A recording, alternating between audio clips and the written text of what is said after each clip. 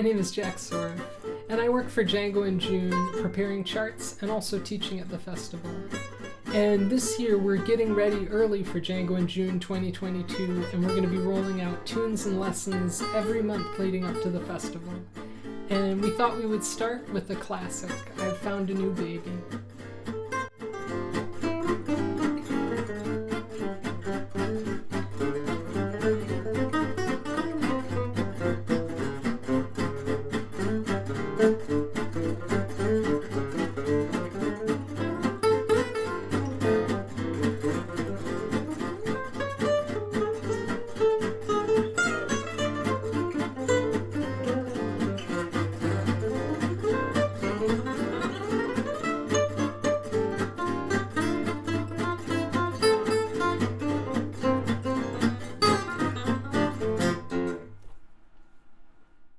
Okay, so the tune this time around is I Found a New Baby, and what I thought we could focus on for this lesson is really melodic interpretation.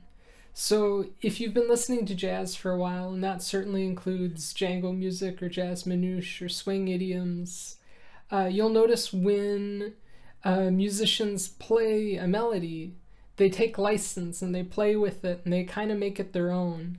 And that's something we want to work on doing ourselves.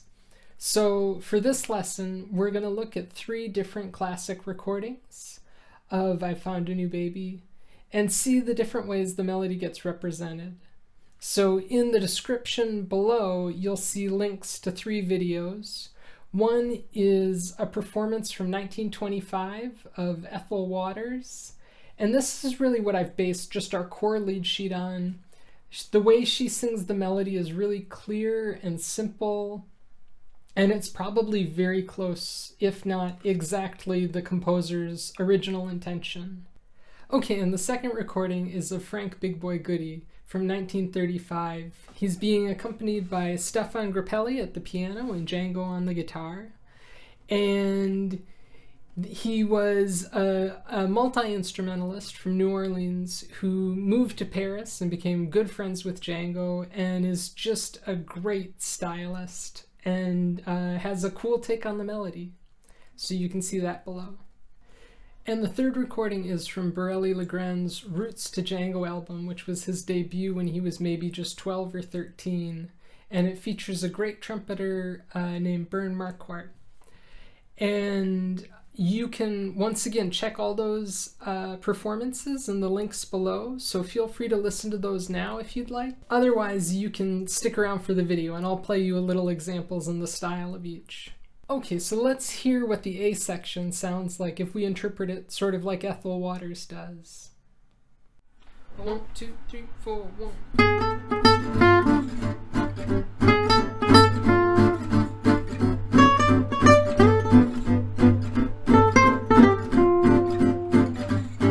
And here's the A section if we interpret it a little bit like Frank Big Boy Goudie. 1, 2, 3, 4, 1.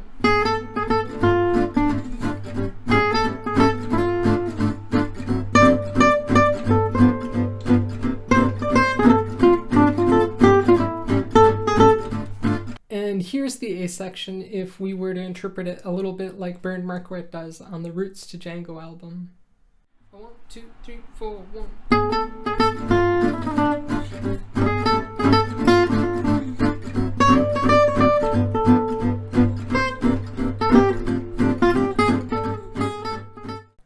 Okay, cool. So you can hear in each of those examples, it's still the same melody, but each has little differences and personal touches. So let's go through the melody phrase by phrase and look at some of them. Alright, so the first characteristic thing about this melody is that it starts with a melodic pickup before the band kicks in. So this would be sort of a measure before the tune starts, and it starts on beat 2 of that measure. So you have a different kind of count off that you might give, like a 1, 2, 3, 4, 1. And then on Baby, which is that last F and D, that's where the band comes in. So if you're leading this tune, that's how you're gonna set it up to get everyone in. But once we hit those words, that word baby, those 2 notes, you'll notice that each musician does something slightly different. Ethel Waters plays 2 eighth notes, just real quick. Frank Big Boy Goudie plays Charleston rhythm. And Bernd Marquardt takes those 2 notes and makes them half notes and sort of slurs between them, like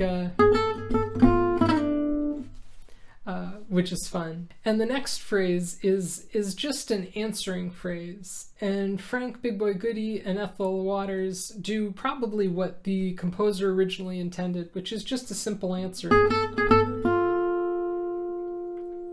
Bernd Marquardt does something kind of fun, so this is a neat little variation. Okay, so if we look at the next phrase, in the Ethel Waters example, it's just sort of a rhythmic mirror of the first phrase. And then Frank Big Boy Goudie does this cool sort of variation where it still feels like the melody, but he's really creating a new melody. And he uses this sort of syncopated reattacking of one note, which is a sort of very New Orleans style thing to do, and he does it throughout this tune. So what he does, and here Bernd Marquardt's interpretation is a little bit more like the original melody, but there is a slight variation again. So he plays. Okay, and for the last phrase of the A sections, Ethel Waters sings what I can only imagine is the original melody.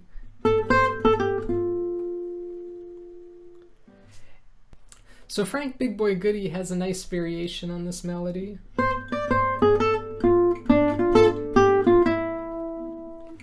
And you'll notice that phrase at the end, this is from his very first A section. The form of this tune is AABA, so the A section gets repeated 3 times within the form. And the first time it's got to loop back around to D minor. So this is a phrase that sort of turns us back around to the next A. Okay, and for the last phrase, Bernd Marquardt does something really nice, which is he creates a variation by removing a note. So if the original melody is, then he just plays 1, 2, 3, 4, 1. And he's got one of those turnaround phrases to take you to the second A at the end there. But if you were playing, say, the second or third A of the tune, you could just play 1, 2, 3, 4, 1. Okay, so let's look at the bridge of this tune. First, let's hear how we might play it in the style of Ethel Waters.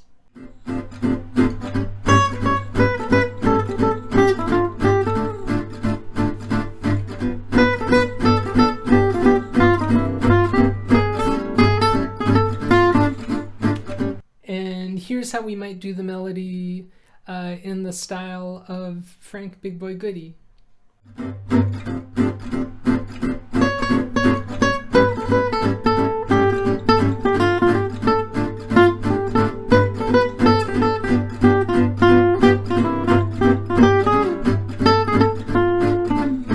And here's how we might do an interpretation referencing that Roots to Django recording.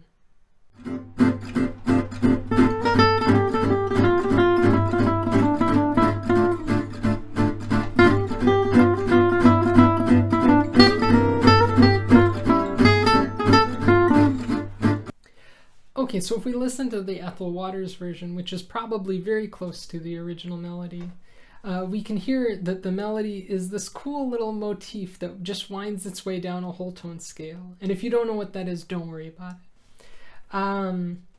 So over an A7 to D minor, and then G,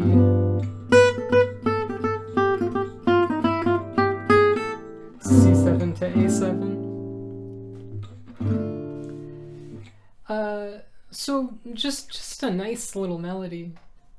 Okay, so that cool rhythmic feature of the Ethel Waters version of the melody, where each phrase comes in on beat 2 after the chord change, that goes away on both the Frank Big Boy Goudie and the Bernd Marquardt recordings. What they both do is they play a little syncopated melodic pickup at the very ends of the A sections to sort of cue us into the bridge. And then they really start similar descending phrases right on beat 1. So already we can see rhythmically, we can play with these melodies a lot. And Frank Big Boy Goudie and Baron Marquardt both also really embellish the bridge melody by reattacking notes, which is really cool. So let's just look at some of the little variations they put in. Okay, so Frank Big Boy Goudie starts like this. 1, 2, 3, 4, 1.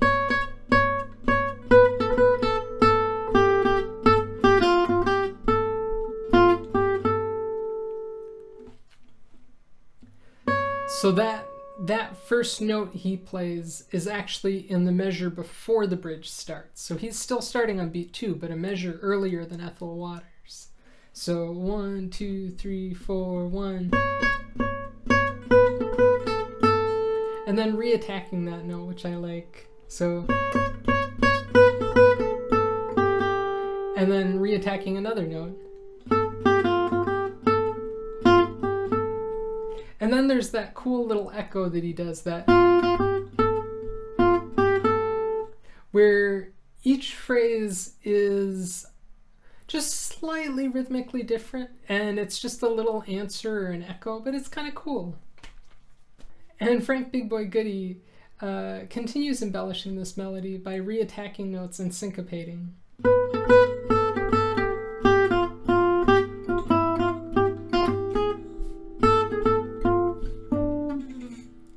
And one last thing I'd like to sort of highlight about Frank Big Boy Goudie's interpretation there is that melodic pickup to the A's. He's now truncating that phrase to accommodate all the embellishment that he's added on the bridge. So instead of playing, he's playing, although he does sort of play that first note earlier at the very end of,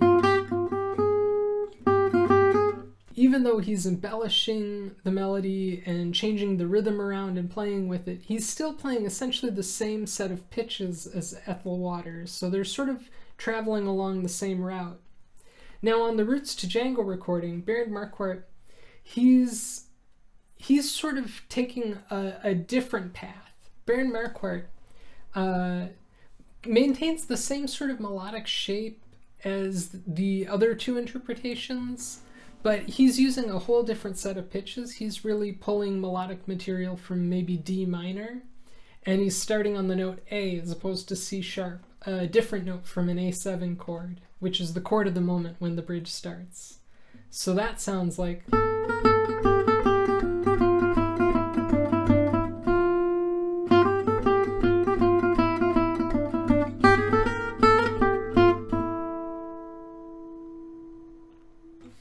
And yeah, and once again, he's doing sort of what Frank Big Boy Goudie does, which is he's reattacking notes as an embellishment. His melody is a little less syncopated and more insistent on this motif of reattacking notes.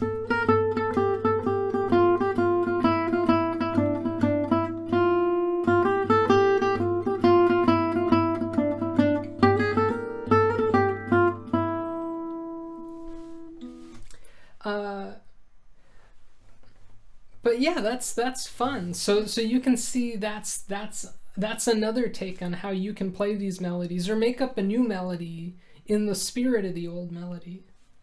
So hopefully that gives you some ideas for how you could bring this melody to life when you're playing it with friends or in a jam session or on a stage. So just some last parting thoughts. You just want to make sure you don't take a lead sheet as something sacred. You want to really start to think about how to play with these melodies yourself. That's what great jazz musicians always do, and it doesn't hurt to start building up a vocabulary of ways to take license with the melody and little devices to make it your own, whether it's not playing a note or reattacking a note or changing the rhythm or changing the melody entirely but keeping the shape the same.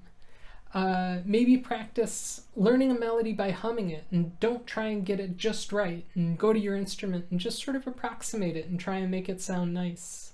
And make sure to listen to lots of great recordings of these tunes. That'll help you internalize how to play these melodies in a way that's really compelling.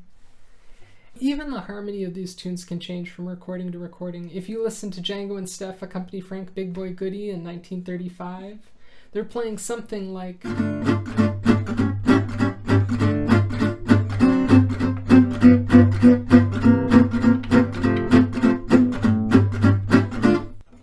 But if you listen to Django and Steph play the tune also in 1935 with the quintet, they play something just a slightly different.